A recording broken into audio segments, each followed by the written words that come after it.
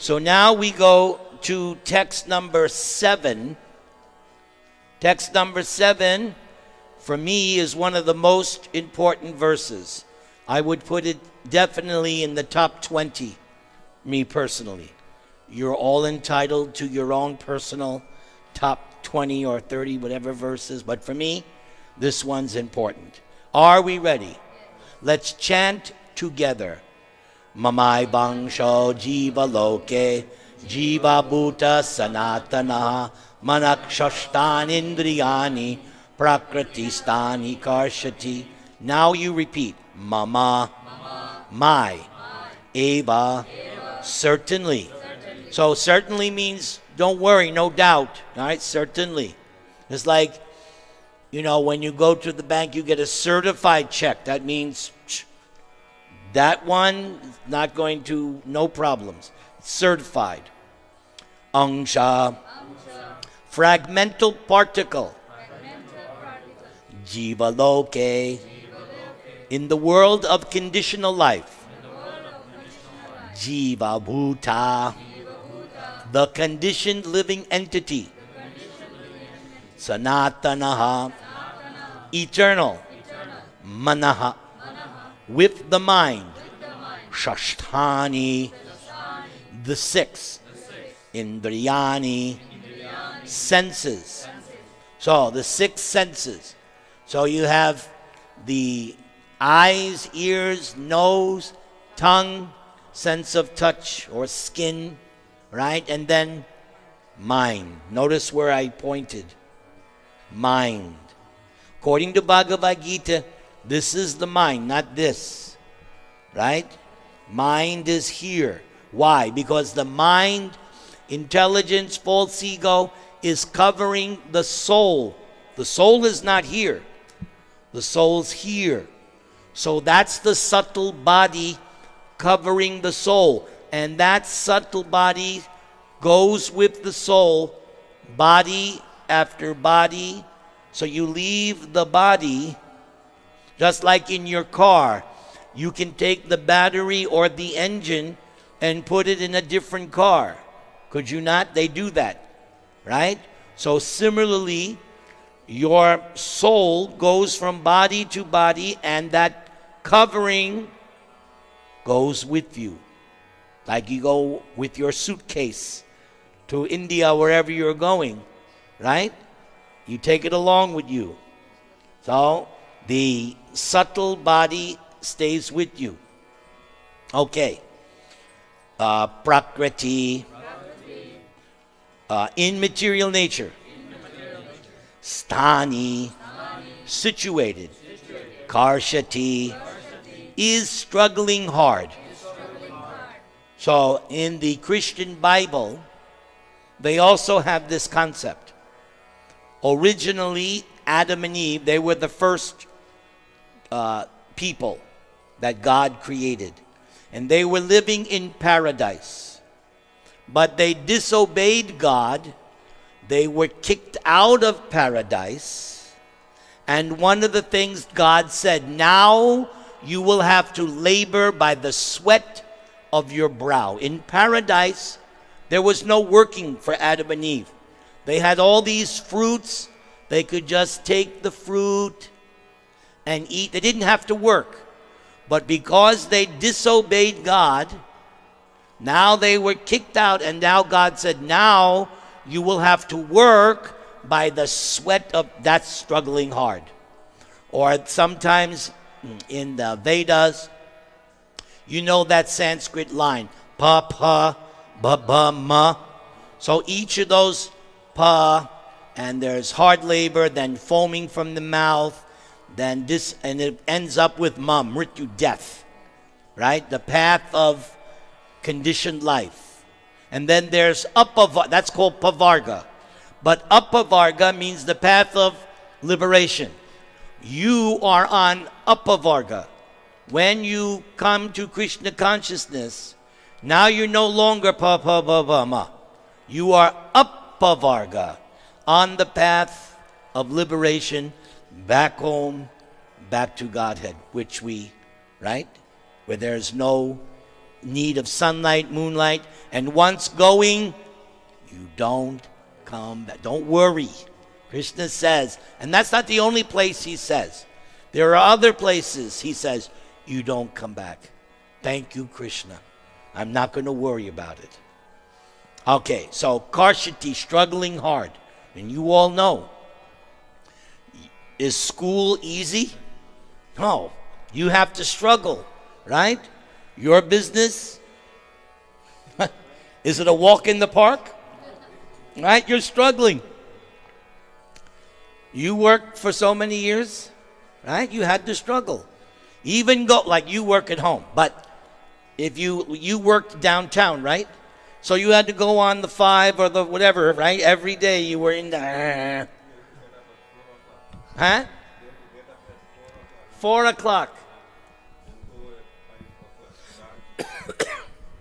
Yes, sir. Chanting's the easiest? Well, you're very fortunate because not everybody can say that. For some people, Karshati is japa. I know, for some people. I'm just saying, you are very fortunate because I know people chanting japa, oh, Karshati. So you're fortunate. That's a blessing. All right, please repeat. The living entities in this conditioned world are my eternal fragmental parts. Due to conditioned life, they are struggling very hard with the 6 senses, which include the mind. And we've learned that you control the mind, the rest are controlled. So the key, that's why that verse which describes Ambarish, the first thing, Savai Manak Krishna Padara Vindayo. The first thing Ambarish did, fixed his mind on Krishna. My favorite bhajan, Bhaja Hure Manna Sri Nandanandana Abhay Charanara Vindare. First thing, right, in the song. Please, mind, cooperate with me. Let us be fixed on Krishna so that we become Abhay, fearless. So that's the first order. Control the mind. What's the first statement of Mahaprabhu, his Shikshastakam? Cheto Darpana Marjanam. Purify the heart, purify the mind, right? Darpana. The mind is like a mirror, right? First order of business. Shall we go to the purport? I'm having a good time tonight. I'm looking at all these bright faces. I'm becoming enlivened.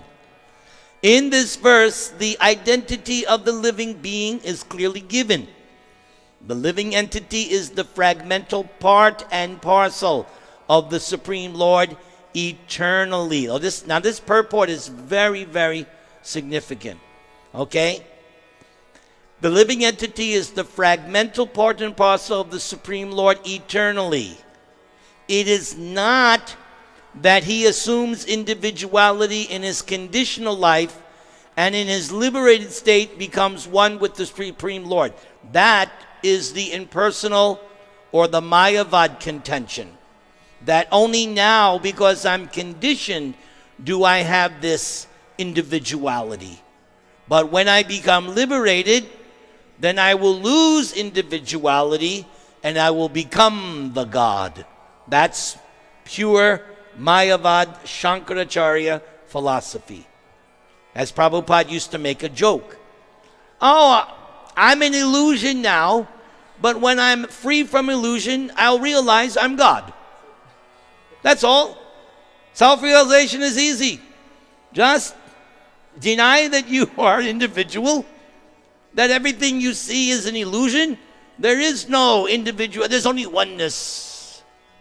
One time in Vrindavan, one of my god brothers, some Mayavadi came to the temple, ISKCON. So the devotee offered him some prasad. And I think the Mayavadi said, I don't want your prasad. So then something about the guy got cold, so he asked for a blanket. So my godbrother took a little bit of the cloth and said, here, take the cloth. Because it's all one, right? So you should be happy with one little strand of cloth. Because my prasad was not good. All right. Now you want a blanket here? Become one with the... All right, let's continue. Hare Krishna. It is not that he assumes individuality in his conditioned life and in his liberated state becomes one with the Supreme Lord. He is eternally fragmented. It is clearly said, Sanatanaha. According to the Vedic version, the Supreme Lord manifests and expands himself in innumerable expansions, of which the primary expansions are called Vishnu Tattva, and the secondary expansions are called the living entities. In other words, the Vishnu Tattva is the personal expansion, and the living entities are the separated expansions. By his personal expansion, he is manifested in various forms like Lord Ram, Nrsimhadev, Vishnu Murti, and all the predominating deities in the Vaikuntha planets. The separated expansions, the living entities, are eternally servitors. The personal expansions of the Supreme Personality of Godhead, the individual identities of the Godhead, are always present. Similarly, the separated expansions of living entities have their identities. And we learned that in chapter 2 as well. If you look at chapter 2, verse 12, the verse is, Nattve vahung jatu nasam, natvam neme janadipaha, nachaiva nabhavishyame, sarve vayam attaha param. What did Krishna say? Never was there a time when I did not exist, nor you, Arjuna, nor all. And how many people on the battlefield? Millions. Millions. Okay, there were lots of individuals in that Mahabharata war. And Krishna says, and in the future shall many of us cease to be. So same thing. That verse proves eternal individuality. This verse proves eternal individuality. And so far, you know I've made the joke so many times. So get used to it. You're always going to be you. You're not going to become something different. You are who you are. Now just purify it. That's all. There's nothing wrong with anybody other than their material contamination. But once everybody becomes purified, then you become the most lovable individual. Right? There's going to be lots of individual personalities. You will read, right? Even Krishna's friends. Madhu Mangal has his personality. Sridham, even the gopis, all of the Sakhis, and all the Mandris, they all have their particular personalities. Even Krishna's queens. There's a big difference between Rukmini and Satyabhama. If you read statements of Rukmini and Satyabhama, you can see their moods are completely different. Why? Because they're individuals, eternally individuals. Let's continue. Similarly, the separated expansions of the living entities have their identities. As fragmental parts and parcels of the Supreme Lord, the living entities also have fragmental portions of his qualities, of which independence is one. Every living entity, as an individual soul, has his personal individuality and a minute form of independence. That's so important. Minute. We're not God. Krishna has gigantic independence. Like the first verse of Bhagavatam, Swarat. Right? Krishna is completely, absolutely independent. Not us. I'm sorry. We have minute independence. Oh, man. Sorry. Can't change that. That's what it is. Now here's this next line is so important. By misuse of that independence, one becomes a conditioned soul. And by proper use of independence, he is always liberated. Very simple. You want to be liberated? Properly use your independence. Choose devotional service. Choose surrender to Krishna at every moment. As soon as you don't, then you become conditioned. In either case, he is qualitatively eternal as the Supreme Lord is. In his liberated state, meaning the living entity, he is freed from his material condition, and he is under the engagement of transcendental service unto the Lord. We learned in chapter 14, second to the last verse, Arjuna's question, how do I transcend the modes? Krishna said, Mang chayo vyabhicharena. Just engage in bhakti without any interruption. You're liberated. Same thing is being explained here. Just engage always in devotional service, which that's what surrender is. You're always engaged in devotional service. That's the proof that you're surrendered. You stay like that, you're liberated. At any time you stop devotional service, you're back to being conditioned. In his liberated state, he is freed from his material condition, and he is under the engagement of transcendental service unto the Lord. In his conditioned life, he is dominated by the material modes of nature, and he forgets the transcendental service of the Lord. As a result, he has to struggle very hard to maintain his existence in the material world. The living entities, not only human beings and the cats and dogs, but even the great controllers of the material world, Brahma, Lord Shiva, and even Vishnu, are all parts and parcels of the Supreme Lord. So who's the Supreme Lord in this context? Krishna. There you go. They are all eternal, not temporary manifestations. The word karshati, struggling or grappling hard, is very significant. The conditioned soul is bound up as though shackled by iron chains. He is bound up by the false ego, and the mind is the chief agent which is driving him in this material existence. When the mind is in the mode of goodness, his activities are good. When the mind is in the mode of passion, his activities are troublesome. And when the mind is in the mode of ignorance, he travels in the lower species of life. It is clear, however, in this verse that the conditioned soul is covered by the material body with the mind and the senses. And when he is liberated, this material covering perishes. But his spiritual body manifests itself in its individual capacity. The following information is there in the Madhyandinayana Shruti.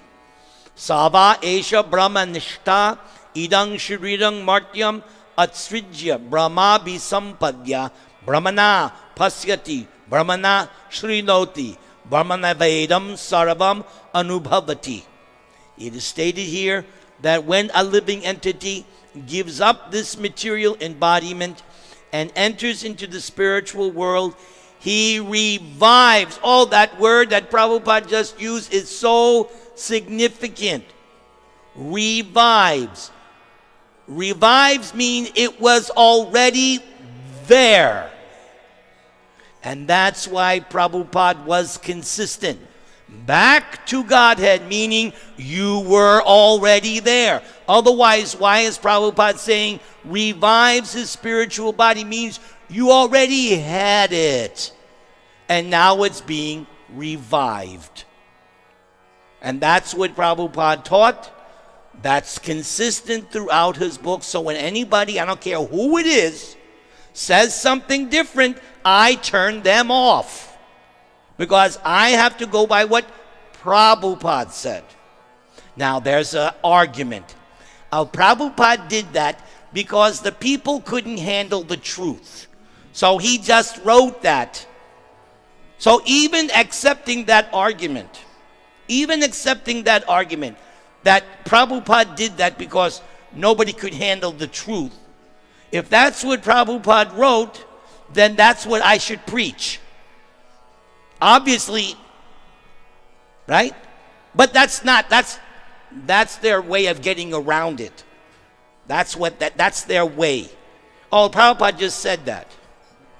As if they know better. Prabhupada never said that he said that. But they say that in order to explain it so they can explain something different. Oh, Prabhupada just said that. And you would be surprised how many people espouse that philosophy, including gurus, GBCs, sannyasis. But not Narantara Das. I am going to present what Prabhupada presents. That's why you like me. I'm not going to present something else which is supposedly higher. If this is what Prabhupada is saying, that's high enough for me. I don't care about the so-called Vaishnava Siddhanta. I go by what Prabhupada said. I'm fired up tonight. What's that? Thank you. Thank you. Well, you're going to be surprised at who propounds something different. You'll be very surprised. Okay, I'm just saying. Okay, I'm just saying. You will be shocked when you see who, and don't ask me who. No. You will find out in due course of time. All I'm saying is, me, I'm stupid. All right? I'm not intelligent. I'm stupid. I'm just going to go by what Prabhupada says. Revive. I'm going to assume that Prabhupada knew the English language. I'm not going to assume, well, Prabhupada didn't know because it was English. I don't think so. He wrote this word revive, and it's not the Dravida or Jayad way to put that word in. Okay? You know that camp. Okay? I'm going to go back and check the earlier versions of the Gita just to make sure I'm right. But for now, revives. What? Yes, thank you, Kamlesh. Back to Godhead.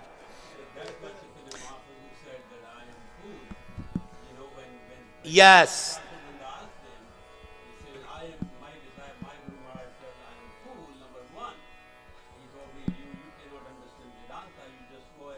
Thank you. Good. Thank you. Right. So one of their arguments is, oh, Prabhupada used that as a preaching strategy. Well, if Prabhupada used that as a preaching strategy, I should also. Would I'm better than Prabhupada? No. If that's their argument, oh, that was a preaching strategy. Okay, if it's a preaching strategy, why don't you use it? What, you better than Prabhupada? Yes, that's how they think. That's how these people think. Oh, we know better. Well, if you do, I don't want anything to do with you. Sorry. I get very emotional on this. Got to calm down. I have water, don't worry. Okay. Thank you. Your blessings is everything. And in his spiritual body, he can see the Supreme Personality of Godhead face to face. He can hear and speak to him face to face. And he can understand the Supreme Personality as he is. From Smriti also it is understood. Vasanti yatra purusha sarve vaikuntha murtaya. In the spiritual planets, everyone lives in bodies featured like the Supreme Personalities of Godhead. Just like Jai Vijay. The description of Jai Vijay, they had the 4 arms, they had everything. The only difference is that Narayan has that Srivatsa. That's how they determined. Oh, now he's just a regular. The Srivatsa tells, oh, this is Narayan. That's the mark. As far as bodily constitution is concerned, there is no difference between the parts and parcel living entities and the expansions of Vishnu Murti. In other words, at liberation, the living entity gets a spiritual body by the grace of the Supreme Personality of Godhead. The words Mamai Vangsha, fragmental parts and parcels of the Supreme Lord, are also very significant. The fragmental portion of the Supreme Lord is not like some material broken part. We have already understood in the 2nd chapter that the spirit cannot be cut into pieces. Yes, in those 20 verses in chapter 2, it says the soul cannot be cut by any weapon. So that's what Prabhupada is referring to. That conception is not applicable here because the Sanskrit word Sanatan is eternal is used. Earlier, if you read the introduction to Bhagavad-gītā, Prabhupada explains Sanatan. Prabhupada's explanation of Sanatan was always in the past, present, and always in the future. That's how to understand Sanatan. There's no beginning, no middle, no end. The fragmental portion is eternal. Is it also stated in the beginning of 2nd chapter that in each and every individual body, the fragmental portion of the Supreme Lord is present. Dehinosmin yata dehe. That fragmental portion, when liberated from the bodily engagement, again, the word revive. Again. So it wasn't like Prabhupada just like made a mistake. No. Deliberately now twice revive its original spiritual body in the spiritual sky, in a spiritual planet, and enjoys association with the Supreme Lord. It is, however, understood here that the living entity, being the fragmental part and parcel of the Supreme Lord, is qualitatively one with the Lord, just as the parts and parcels of gold are also gold. Everybody chant the Maha Mantra.